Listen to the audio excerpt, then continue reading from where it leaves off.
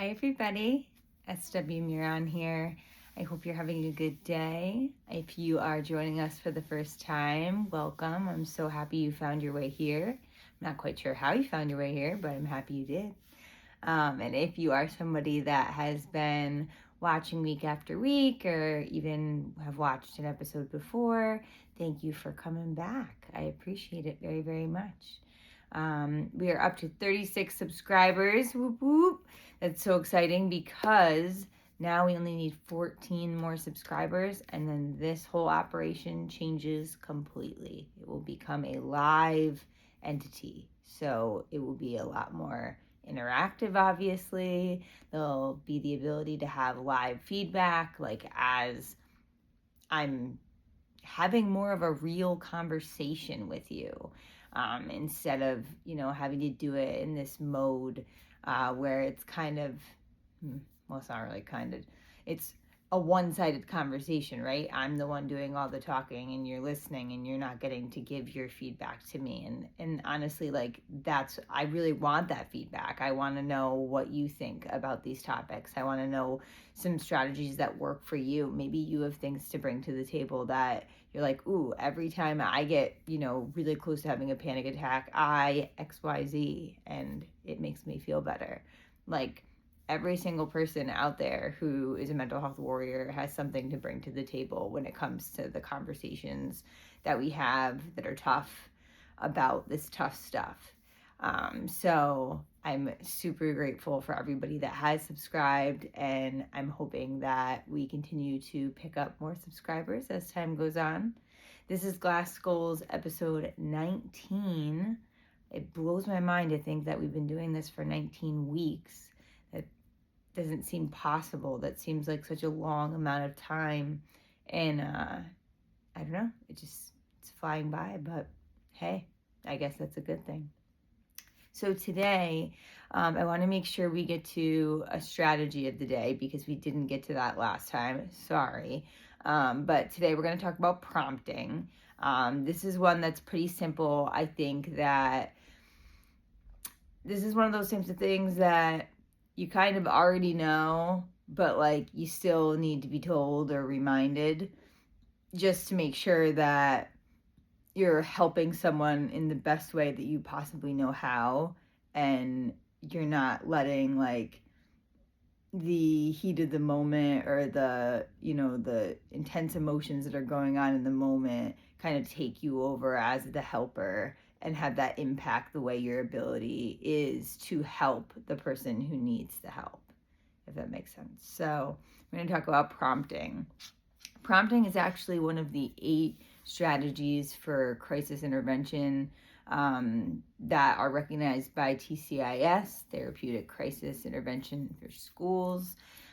So this is one of those recognized strategies. It's something that's used every single day in classrooms and facilities all over the country to help others, to help others going through difficult emotions and difficult situations and thinking patterns and behaviors and things like that. So prompting can be defined as this.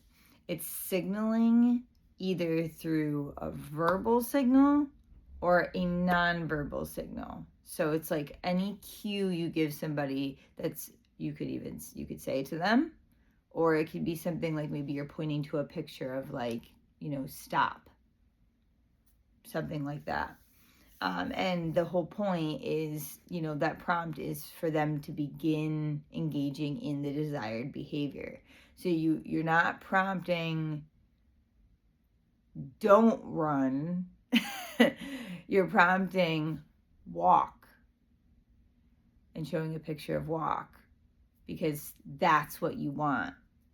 You want the kid to walk, right? So the picture thing, that is more appropriate and really comes into play when we talk more about like individuals with disabilities who also have like comorbidity with mental health stuff. So like take the picture information with a grain of salt, okay? Like that's probably not realistically something that too many of you guys are going to like, use in your day-to-day life. in your parenting and your friendships and your intimate relationships. It just, I don't know, having a ring of pictures that, helps supports, when you're saying something like, I need help or something like that. It doesn't really, it's silly. You don't need that. If somebody, is verbal and does have the cognitive uh, abilities to understand just spoken word. But just remember to keep it positive, because again, you're trying to aim to teach the behavior you want. You're trying to shape maybe a behavior that's not quite what you want into what you want. You get more bees with honey than vinegar, is something that they say, whoever they are. And that's a perfect analogy for this situation, because, like, I mean,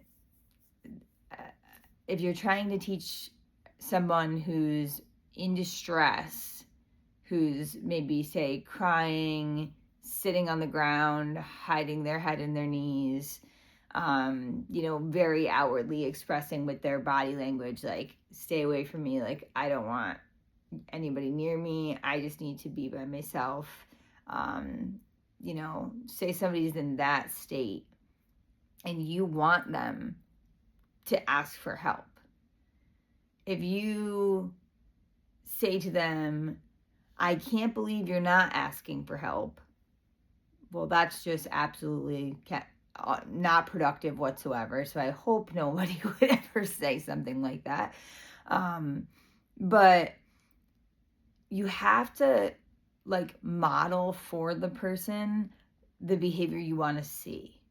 So if somebody was sitting in that state I described, like sitting on the ground, back against the wall, obviously upset, I would carefully assess whether or not, this person, there's a lot of factors, right? Like, it has to be, is it somebody I know? Is it somebody I don't? Is it, do they have a weapon or something? Do they look like their body is calm and like they're in control of themselves? Like, is it a safe situation for me to get involved in?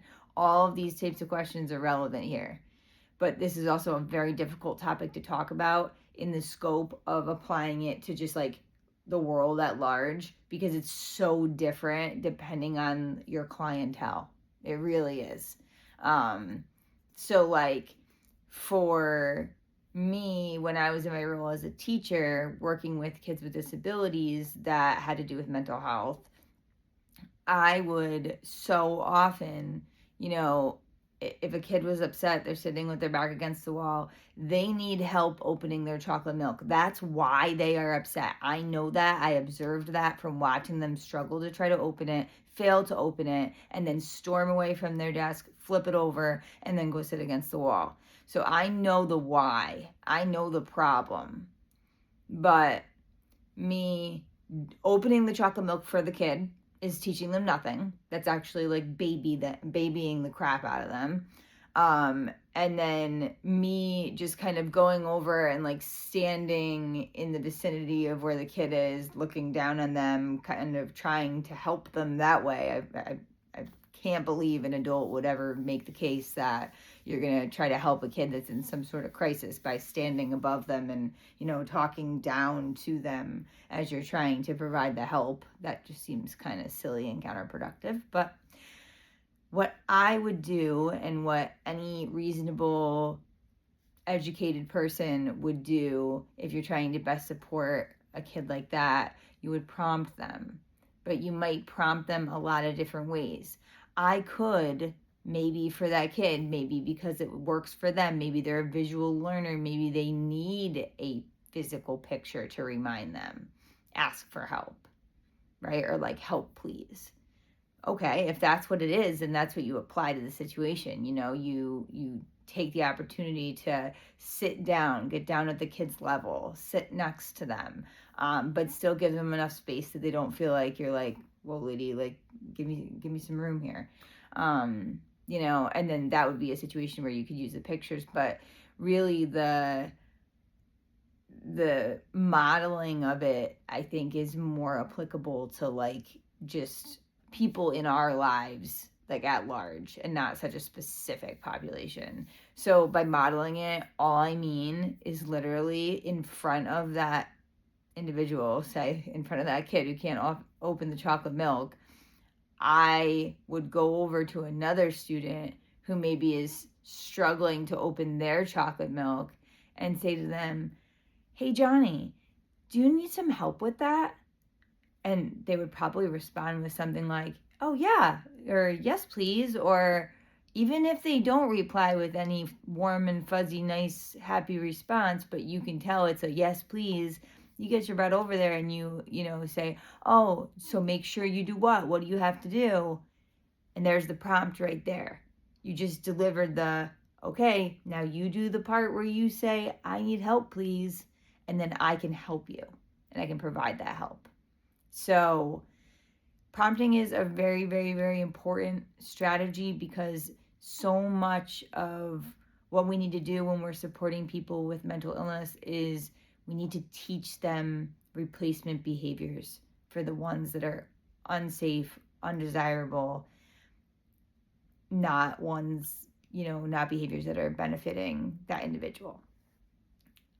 So something like prompting, it seems so like simple and like really like, yeah, duh, like you prompt them, but people prompt so often the wrong way.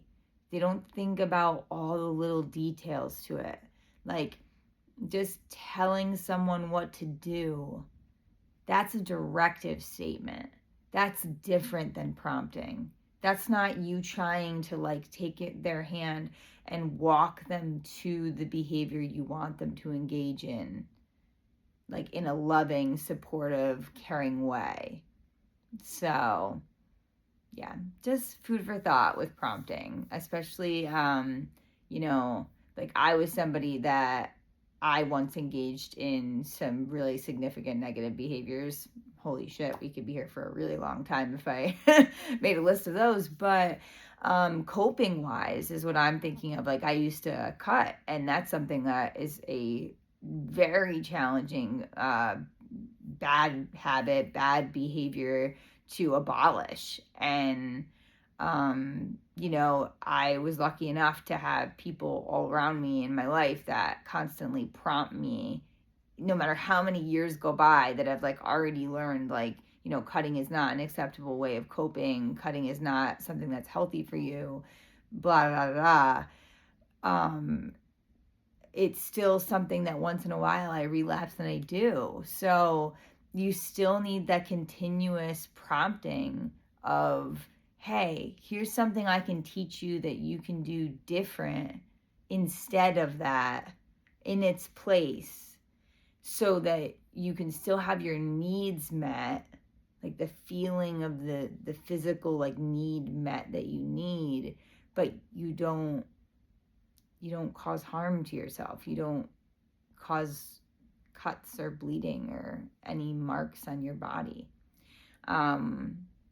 Since we're on the cutting topic, if you or someone you know is a cutter and they are struggling trying to get rid of that behavior, a really good strategy that somebody taught me once along the way, and it really, really helped. It's something small, but it could really help. So that's why I'm sharing it. Is to use rubber bands. You could have, I'm trying to think. Of course, the one time that I don't have like a hair tie on my wrist, I was going to try to show you. Oh, I do. It's hiding.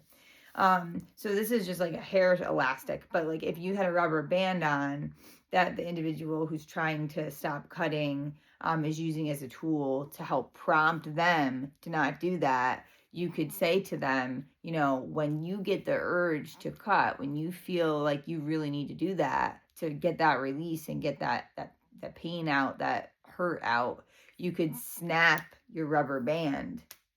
And yes, like, does that cause some level of pain? Yes, it does.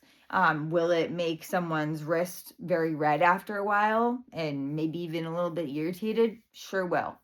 It really might. But you have to ask yourself, like, what is the stepping stone from the behavior we don't want to the behavior we do want? And without the stepping stone, you're asking too much of people who are battling mental illness. You have to give them the stepping stones. In the way that we look at individuals with disabilities, where we, cater what we do and how we do it to best meet their needs, right?